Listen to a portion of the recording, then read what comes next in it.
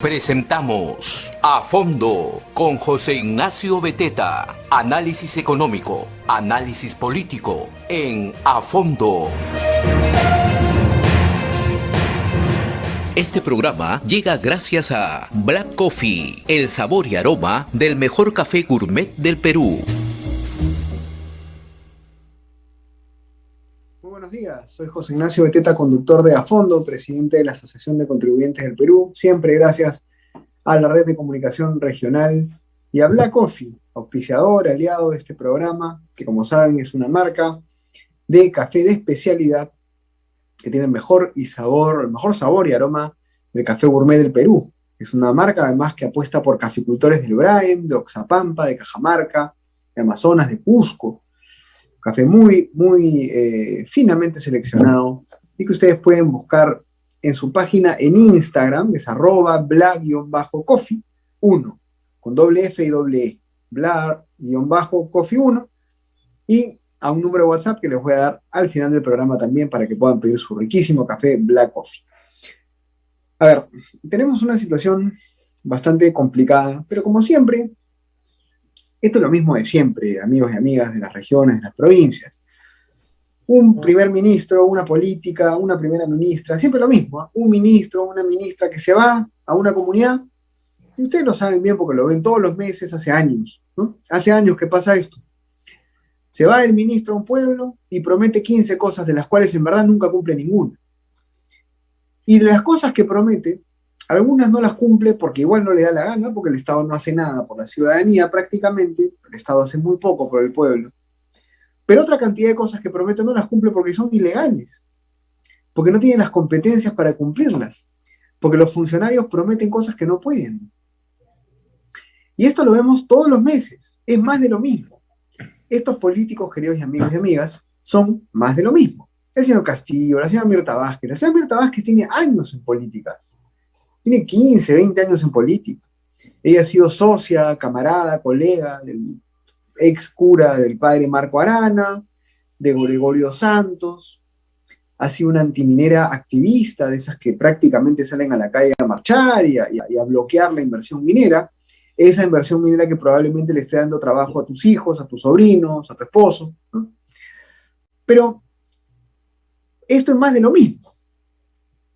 Repito, va a la ministra presionada por grupos intermediarios, ahora vamos a explicar qué cosa es un grupo intermediario, ¿no? Y entonces llega a este lugar y le dicen no a la minería.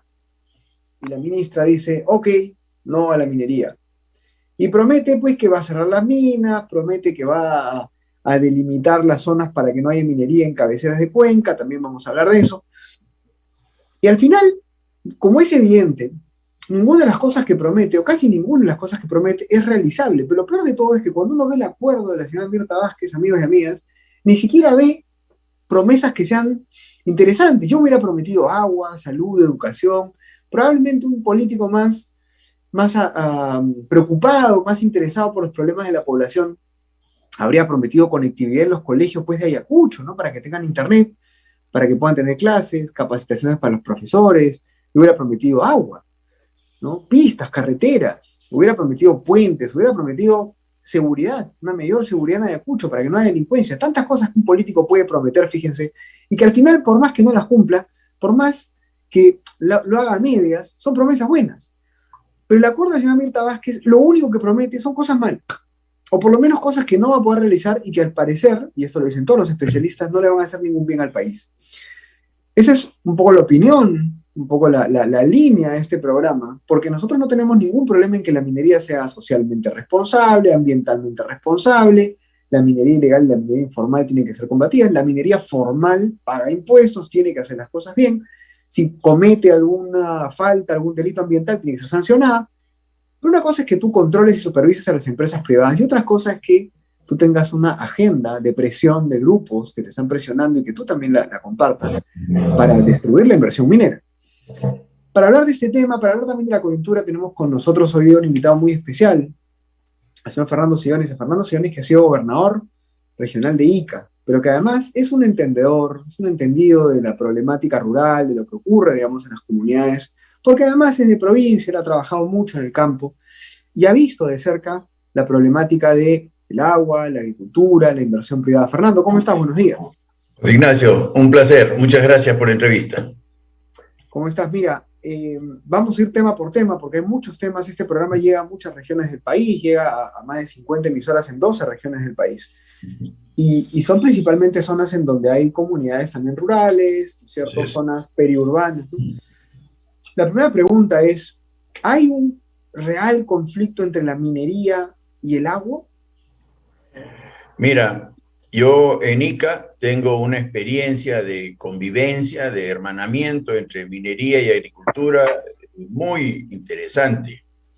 Ica tiene 4 cuencas, una de ellas es la cuenca del río San Juan en Chincha, donde está ubicada la mina Cerro Lindo, precisamente en la cuenca, ¿no?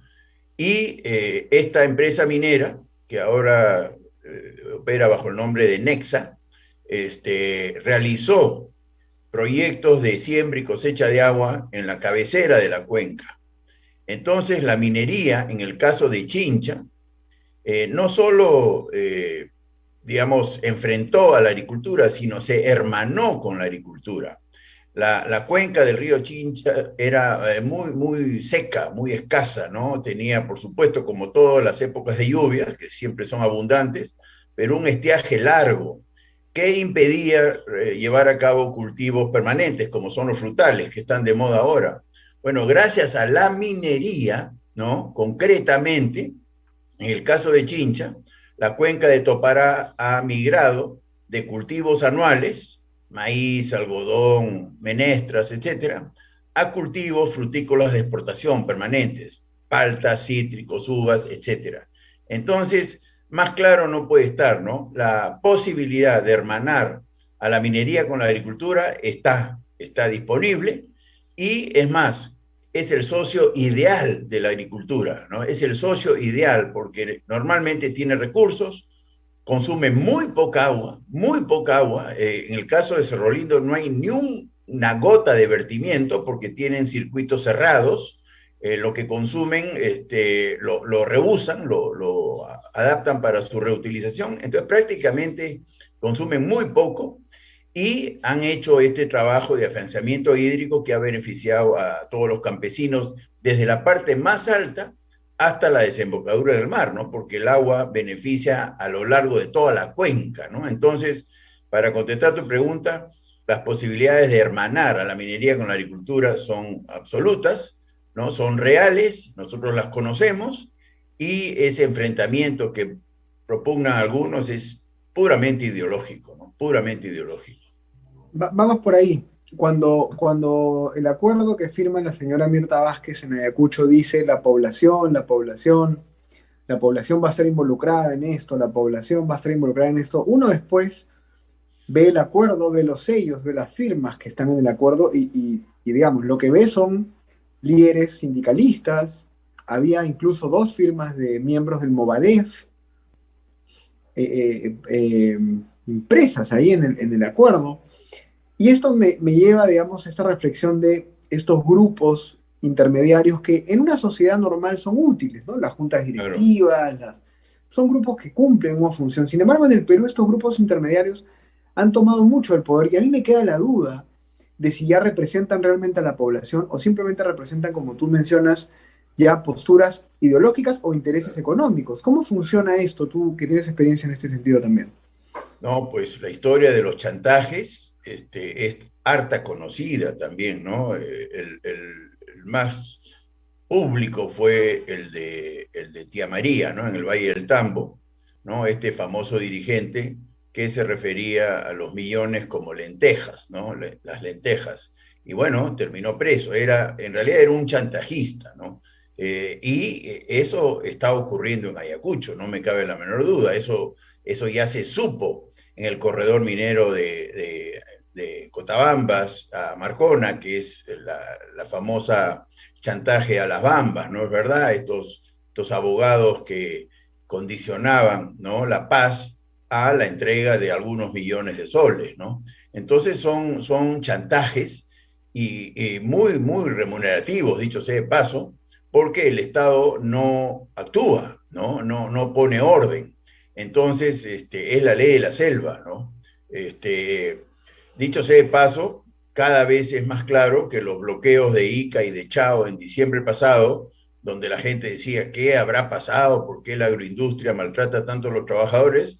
Ahora los mismos trabajadores, los mismos protestantes, están reconociendo que hubieron infiltrados y que no querían participar.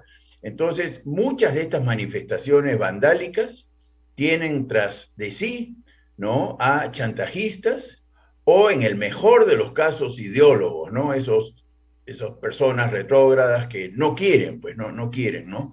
Y también otra reflexión, José Ignacio, la pobreza, que para ti, para mí, constituyen un descaro moral, una crueldad, es un valor buscado por el terrorismo y por el narcotráfico. El narcotráfico y el terrorismo viven de la pobreza, ellos no pueden operar sin pobreza, ¿no? Y se suma a ese par de personalidades, digamos, el político demagogo, ¿no? El demagogo también se nutre de la pobreza. Entonces, cuidado, eso de destruir la economía de un país que parece irracional, no lo es para los narcotraficantes, no lo es para los terroristas y menos aún para los políticos demagogos, ¿no? Y yo creo que ahí está la mano negra azuzando estas paralizaciones, ¿no? ¿De acuerdo? Ahora, se mete en un problema el gobierno, en uno de varios, porque tiene varios problemas y siguen los problemas. ¿Cómo ves tú ya, hablando ya del gobierno en sí mismo, la estabilidad, la sostenibilidad de este gobierno, ¿no? Porque llega un momento en el cual uno se pregunta, bueno, aprobación va cayendo, Sí. economía sigue muy, muy baja, muy paralizada, muy fría. Felizmente la vacunación no ha retrocedido, pero es un gobierno que genera mucha bulla, mucho ruido. ¿Cómo ves tú la situación de este gobierno en adelante? No, insostenible, ¿no? Y que no nos vengan con el cuento de la conspiración, ¿no? No es una conspiración de un grupo maquiavélico de extrema derecha que está viendo la manera de tumbarse al presidente Castillo y a su gobierno. No es así. Es el propio pueblo, ¿no? Absolutamente frustrado, desencantado, empobrecido, que está harto de la corrupción, harto del cinismo y harto de la falta de empleo, la inflación, y todo lo que estamos viendo. Yo acabo de estar en el Cusco y gratamente sorprendido de un auditorio muy concurrido de estudiantes universitarios, nada menos que de la San Antonio Abad del Cusco, una universidad a la cual le tengo mucho cariño, pero que claramente es una universidad donde la mayoría de los estudiantes son de izquierda, ¿no? Ese es el alma mater, pues, de Bellido, ¿no? De Guido Bellido. Él vivió prácticamente ahí asusando y protestando y haciendo ese tipo de paralizaciones. Sin embargo, muy buena acogida, ¿no? Digamos, el mensaje franco y directo de la fallida descentralización del Cusco, para empezar, ¿no? Todos sus ex gobernadores, no todos, pero muchos de sus ex gobernadores y alcaldes están presos por corrupción. Los 20.000 millones de soles de canon gasífero no se ven por ningún lado, no se ven mejoras en infraestructura, y los cusqueños están hartos de sus autoridades, ¿no? Entonces, ya la demagogia está perdiendo, ya perdió credibilidad, por ejemplo, ¿no? Ya nadie les cree a nuestras autoridades, y la palabra vacancia está muy presente en el hablar común y diario, cotidiano, de los jóvenes cusqueños. Yo lo he constatado, ¿no? Acaban de pasar un video del presidente en Arequipa, también siendo abucheado, ¿no? Por la gente, y eso no es, pues, conspiradores de derecha, son reacciones espontáneas. Yo creo que este gobierno solito se está acabando su tumba, ¿no? Empezando por el presidente, y lo de la primera ministra es indefendible, y te garantizo que hay cientos de miles de ayacuchanos silenciosos que están de alguna manera repudiando lo que la ministra dijo este fin de semana, ¿no? De Entonces, acuerdo. el gobierno se la está buscando solos, ¿no? Solos, así es. Sí.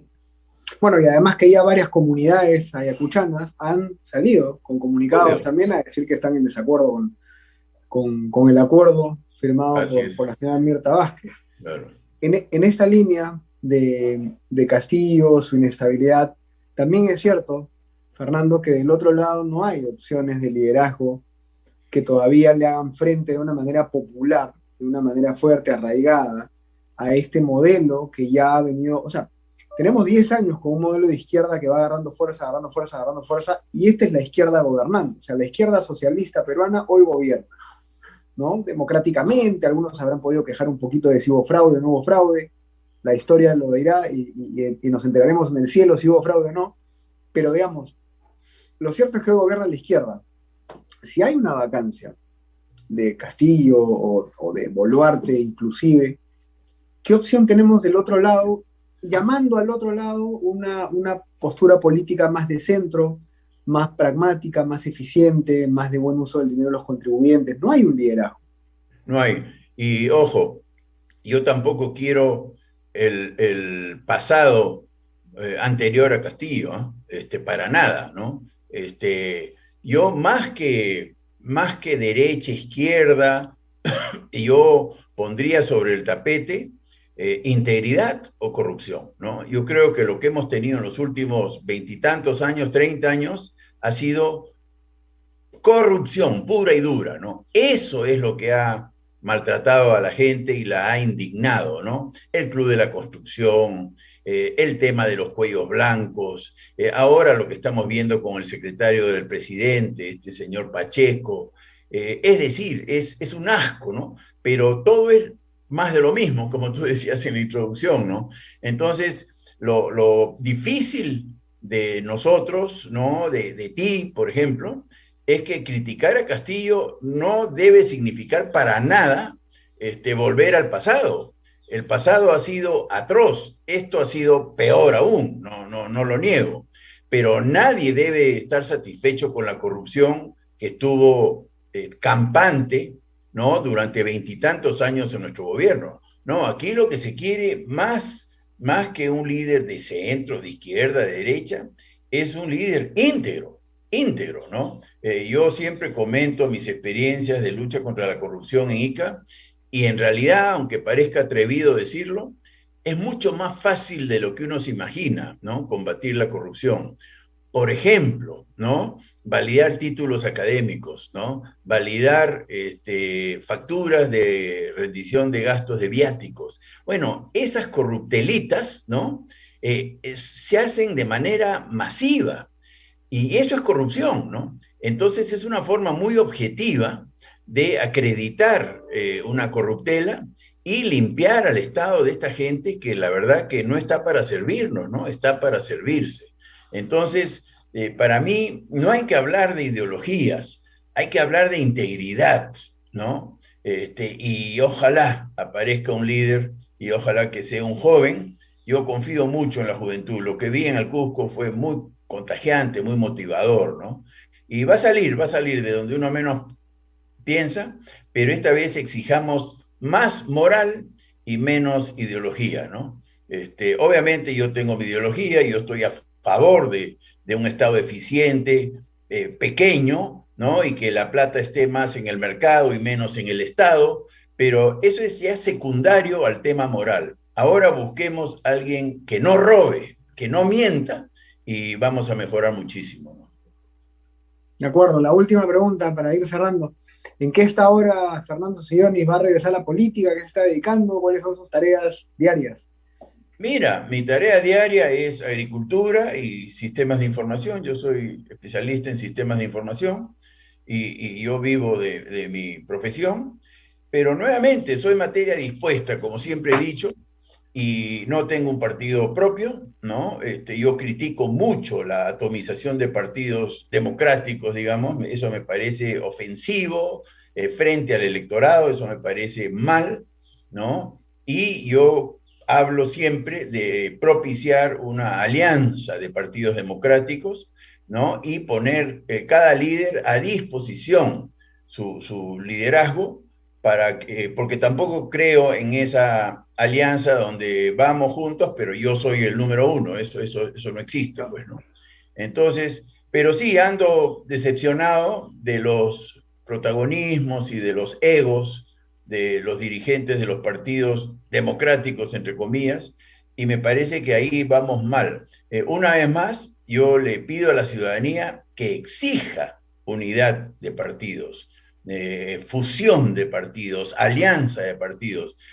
Así como la ciudadanía se va a tumbar a este gobierno, porque la ciudadanía lo va a hacer, el pueblo, como dice el presidente, lo va a tumbar, el pueblo también tiene que exigirle a los dirigentes políticos alianzas, ¿no? Y ir a las elecciones, ojalá con 3 o 4 opciones, en vez de 23, pues que es una vergüenza, ¿no? Pero sí, estamos desarticulados y muy mal. Eso es debilidad, eso es desorden, eso es riesgo, ¿no? Eso es muy peligroso. De acuerdo. Muchas gracias, Fernando, por estar con nosotros.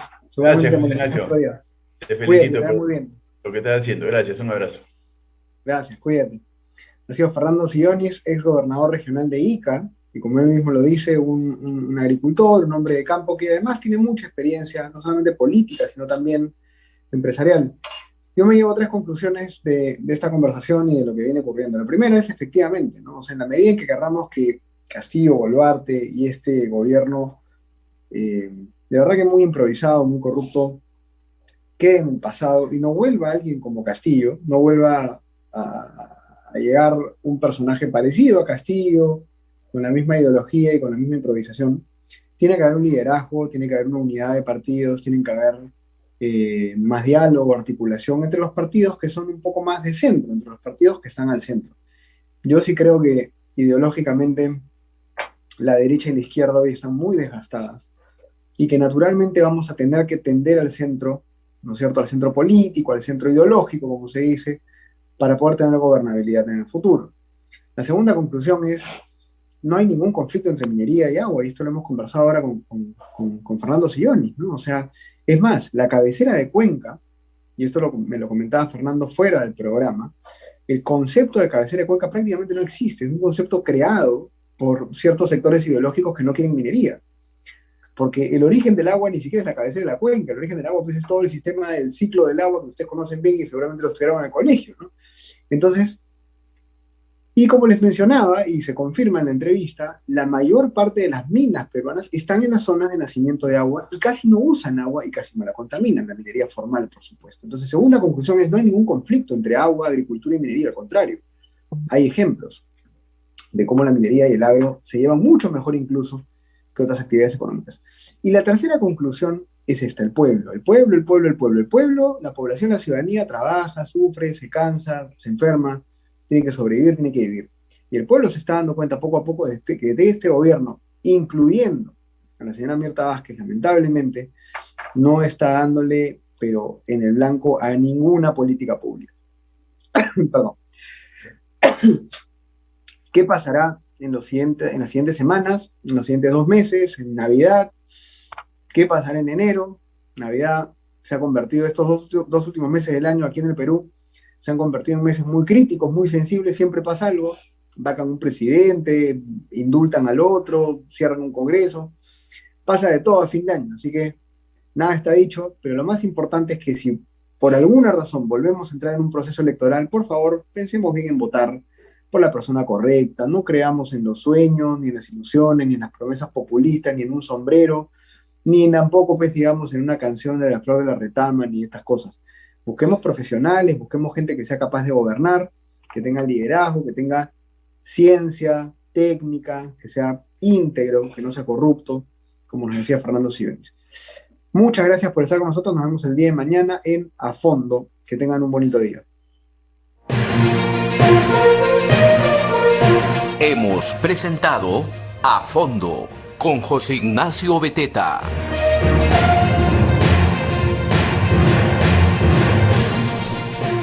Este programa llega gracias a Black Coffee, el sabor y aroma del mejor café gourmet del Perú.